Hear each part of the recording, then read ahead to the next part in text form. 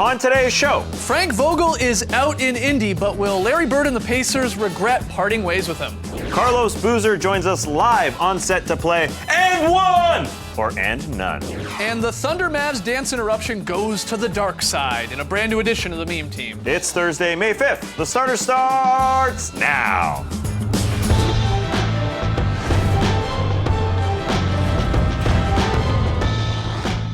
Good evening, sweet world, and welcome to the starters. Whether you're listening to the podcast or joining us live on NBA TV or a little bit later on YouTube, we're happy to have you. I'm J.E. Skeets, and alongside me, as always, that's Tas Melis. Hello, what's your flavor? To his right, it's the international man of mystery, taking it to the max, Lee Ellis. Friend. Lily! And last, certainly not least, over there, starters blog editor, Trey Kirby. Hey-o! Hey-yo!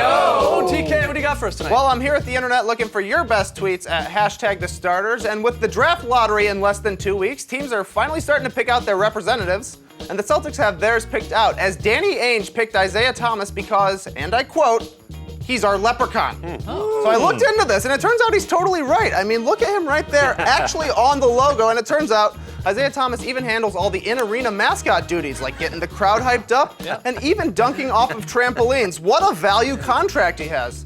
But it brings us to today's question. What other NBA players could be their team's mascot? One that sticks out to me, no doubt, is Dirk Nowitzki, who would be a perfect stand-in for the Mavs horse, especially back in the Flowing Locks days. At the very least, he's better than whatever this thing is.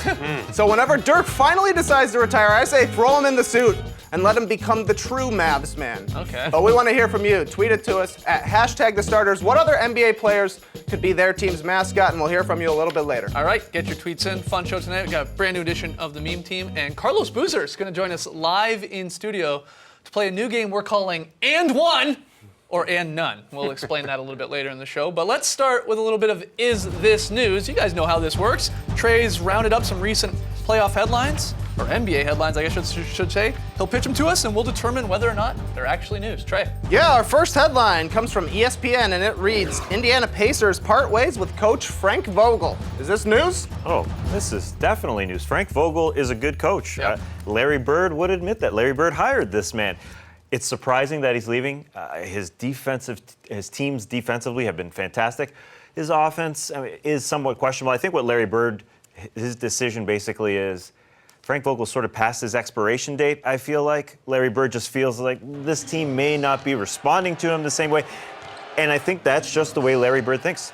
Guys get to a certain point, teams stop listening, teams could be better. Combination of Miles Turner not being involved as much when Larry Bird thinks that Miles Turner and Paul George is the future of this team. He's had 5+ years there. You know, Rick Carlisle was sort of a same scenario, started very great. After 4 years, he left. He fired himself, Larry Bird did, after 3 seasons. I just think it's a combination of a couple of those things. I don't get the reasoning, though. He says, a lot of people think, okay, well, the players have tuned out Frank Vogel. If they had tuned him out, they wouldn't be the third best defense in the league. There's just no way they would be. The first thing that happens when players, I think, tune their coach out, they stop putting effort in on the defensive end. I wouldn't go that far to say that he said he was tuned out, or they tuned him out. That he's been there for a very long time.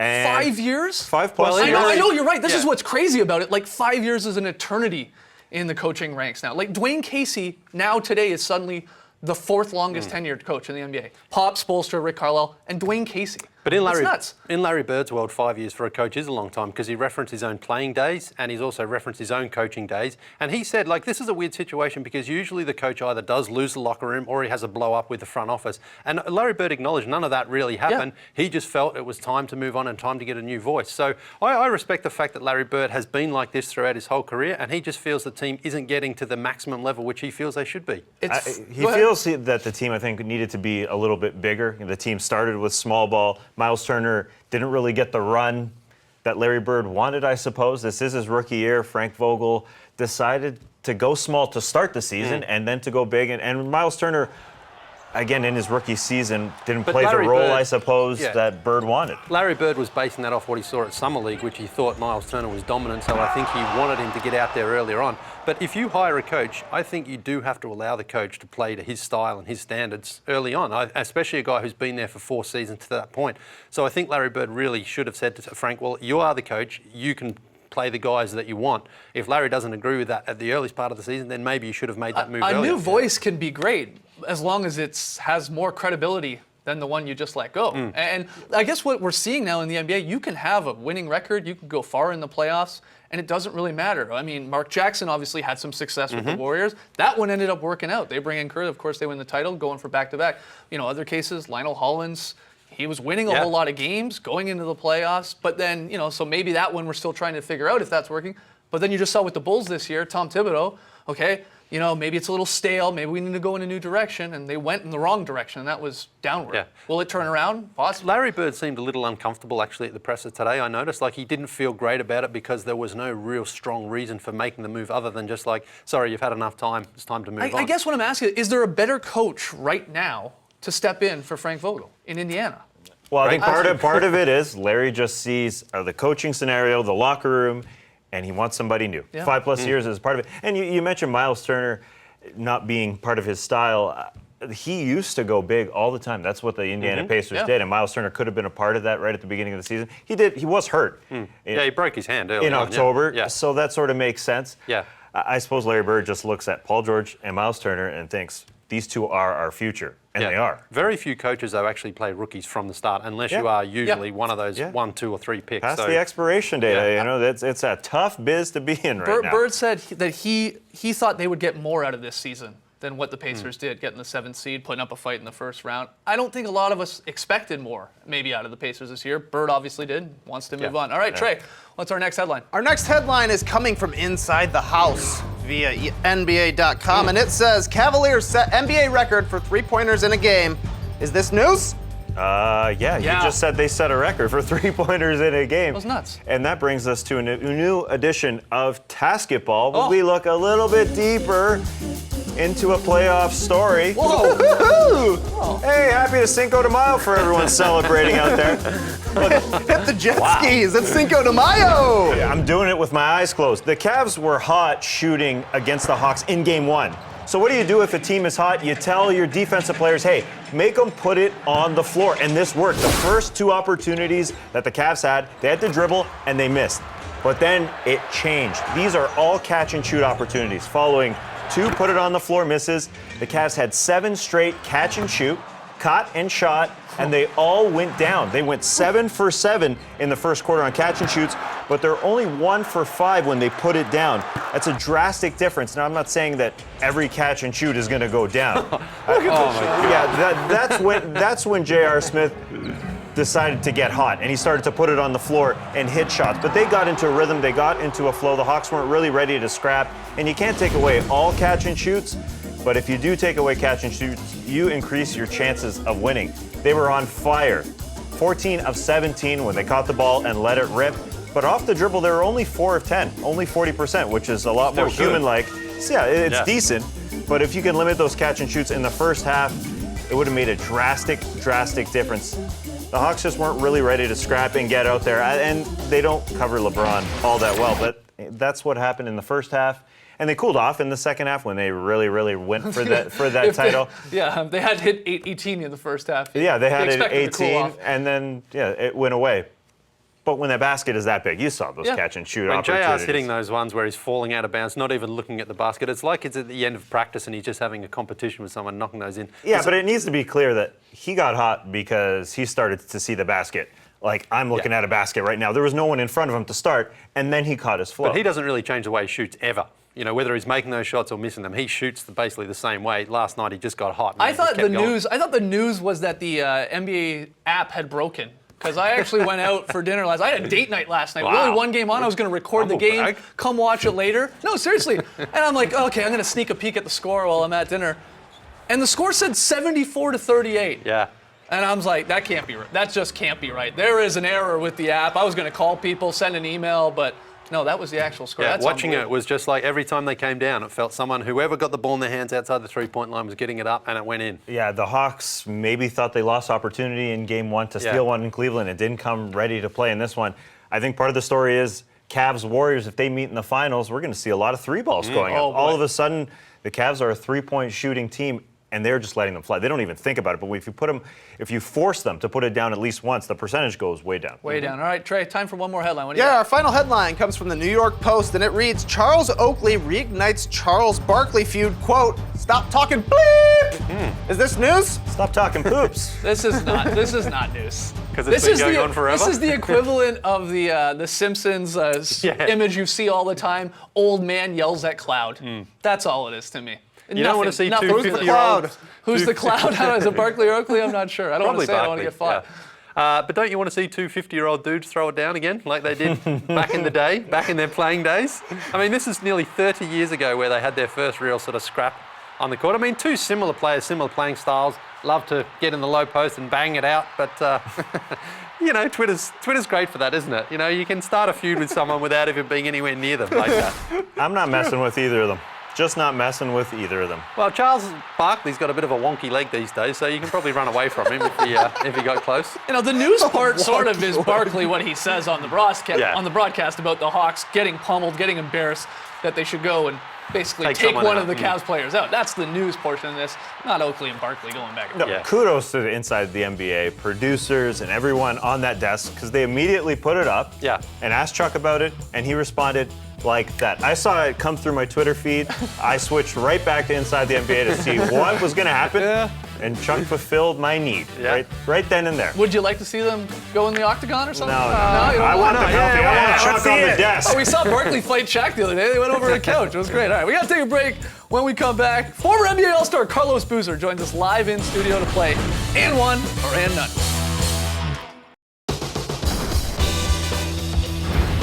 Welcome back to the Starters. We're joined by two-time NBA All-Star, current NBA TV analyst Carlos Boozer. Booze! How you guys doing? Thanks for joining us, great. man. We really appreciate it. We're going to get right into it here, because one of our favorite things about your playing days was the and one.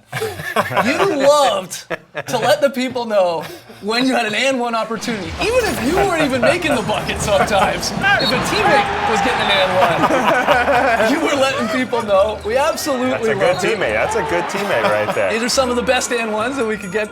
This one's great, yeah. Yes! So with that in mind, we decided to play a little game with you here tonight called And One or And None. Okay. And it's pretty simple. We're going to present you with a topic. If you're into it, you like it, we're going to get you to scream And One. Okay. If you're not into it, you dislike it, obviously, you'll just drop a simple And None. Okay, cool. So again, you're into it. And one. There it is. Not into it? Nah. And perfect. All right. First Have you one played this here. before? Never. First one here, as I'm sure you're well aware, the Cavs set an NBA record, 25 threes last night. They made 18 in the first half, 7 after halftime. They embarrassed the Hawks. Final score, 123-98. You had Paul Millsap and Al Horford talking about, they were running up the score there a little bit, going for that record. I think Jones hitting threes there to get it. So are you and one or and none when it comes to the Cavs running up the score in game 2 there? And one. Wow. No, but let me say why though. This is playoff basketball. You know, there is no mercy rule. Yep. You know, we just saw the other night where Portland, I think, was up by 20 plus. Golden State came back and won in the fourth quarter anyway. That's fair. And Paul's a close friend of mine. Right. I like Al Horford's game a lot. If you have a problem with it, then go stop it. Go block the three. Go foul him. Go make him take it off the dribble, make it a 2-point shot. But this is playoff basketball. They're playing for championships. There's no mercy rule in the NBA in playoffs. Does it help as well? Like if you have a big score, it maybe does carry over to the next game psychologically. If you're beating a team up so badly, you want to beat them so that they think about it for the following game. Yeah, I mean, you look at the history of that matchup between the Hawks and the Cavs. The Cavs have dominated that matchup. I think they're 10-0 or something like 10 that. straight. 10 straight. So for me personally, I feel like, if I'm a Cleveland Cavalier, I want to run the score up and make them think about it the whole flight back to Atlanta. Yeah, right. While they're watching film. And, for the Hawks, the only way you can stop the bleeding is by stopping the bleeding and get a win. Yeah. All right, moving on here. Warriors coach Steve Kerr said today that Steph Curry probably won't play in Saturday's Game 3 against the Blazers. Now, we've been debating this here on the show for a little while of whether or not Curry should return as soon as possible, just so we could get some game reps in. But they're up 2-0. They looked great in the 2 wins. So are you and one or and none with bringing back Steph Curry for this Blazers series? What do you think? More rest. And none. And Like- none. Like, and none. Wow. and I mean it. I mean it in a way, respectfully though. I mean it not to disrespect the Blazers. Blazers Yeah. because they're a very good team. But you're up 2-0. Even without Steph Curry, the Warriors still have a great roster, great team. They're all playing great, clicking on all cylinders. And for me personally, if I can get my MVP a couple more days of rest, whether that be a week, 4 days, whatever it might be, it's worth it because they're going to get to the next round. Right. You know what I mean? If something crazy happens and Portland ends up winning 2 games and tying it up in Portland, then that's a different ballgame. But right now, where they're up 2-0 with a chance to go up 3-0, I would wait. What's the rush? What's Not the worried rush? about the rust factor going into the conference finals. Maybe, you know, if you meet San Antonio, you don't want to give away a game because you're rusty. It's a great point. You know, I think I'd rather him be healthier and work the rust off in the series. Right. You know what I mean? If he's Yeah. still ailing or limping or, you know, still You know. Not 100%, favoring his injury, I have a problem with that as a coach, as a teammate. But if he's healthier and he's just missing some shots, going through, you know, a little bit of rust, I can deal with that. Right. Especially when your team is as great as they are. Right. All right, moving on here. Big week for Canadian artist Drake. Huge week. Raptors finally won a best-of-7 game series. They advanced past the Pacers. He's into it. Definitely into it. And his new album, Views, dropped. Are you and one or and none with Drake's new album? And one. Now, you know what? He's singing a little bit more on this Yeah. record. He looks like he's more in tune with his feelings. You know, he's talking. He's always in tune with his He's feelings. talking about his friends and his family a little bit, but I like it. I like the album, man. I'm a Drake fan. I think he's Yeah. a great artist. He's very versatile. Does a lot of great things. Speaks to his fans and stuff that we've all been through. So for me, I rock with his album. a All little right. bit. Yeah. Final one here, Boost. You last played in the NBA for the Lakers, 2014-15. You played 25 minutes a game, shot 50%. You're only, what, 33, 34? 34. Years old? We got to know, are you and one or and none with returning to the NBA? And one. I tell you what, I love the NBA, man. That's why I'm here doing this, talking about it, being an analyst. I've been doing it for a long time. You never know. You never know if the opportunity might come up where you come back and play ball. But I'm having fun, man. I've been enjoying talking with you guys. And Yeah, thanks for coming on. We hope you're back out there so we can Yeah. get some more and one. Yeah. Thank you, brother. I Thank you so appreciate much it. for coming I on just the show. noticed Lee has an Alaska pen. Hey! Nice.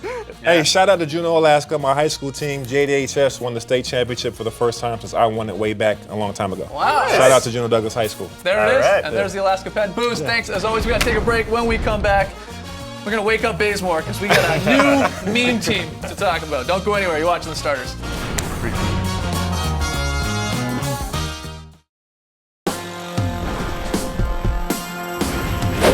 Every Thursday, we scour the internet to bring you the meme team, our favorite weird and wacky moments from the past 7 days in the NBA. At number 5, it's players sleeping on the job, sort of. Baze was dazed here. Can you blame him? They were getting romped. Yeah, you don't want to watch that. Yeah. I can't. We also had James Harden. Before he was eliminated, he is awake.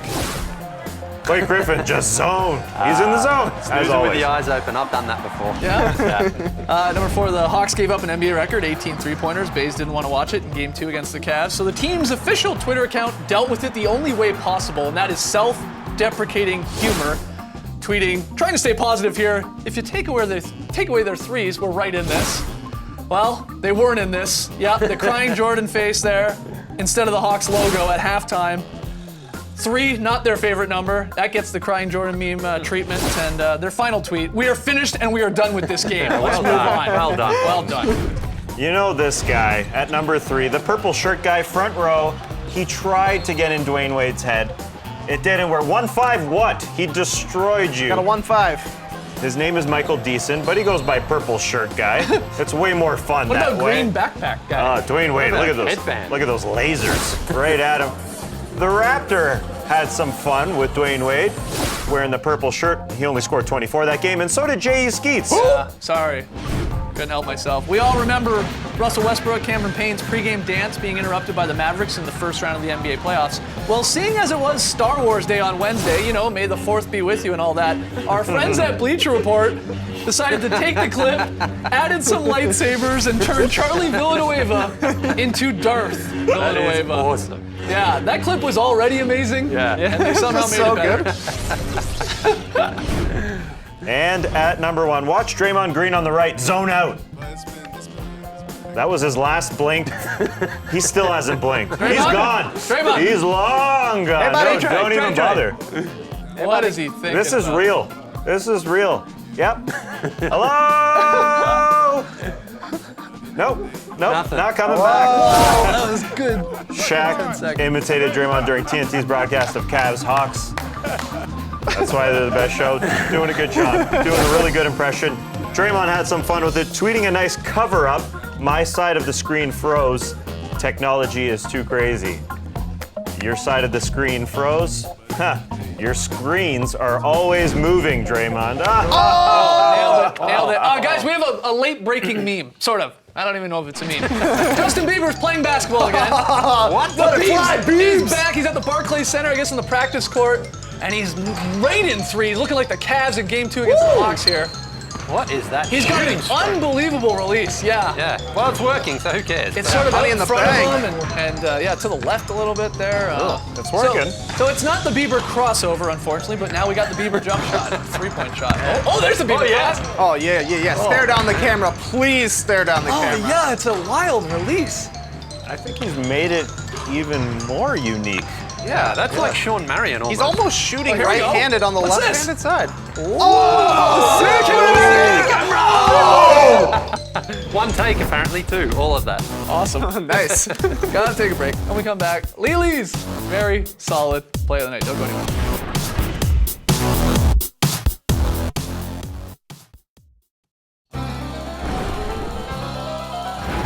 Get back to the starters. Time for Lee Ellis's very solid play of the night. The Cavs hit 1,000,000 threes last night, but this was the solidest, if that's such a word, solidest.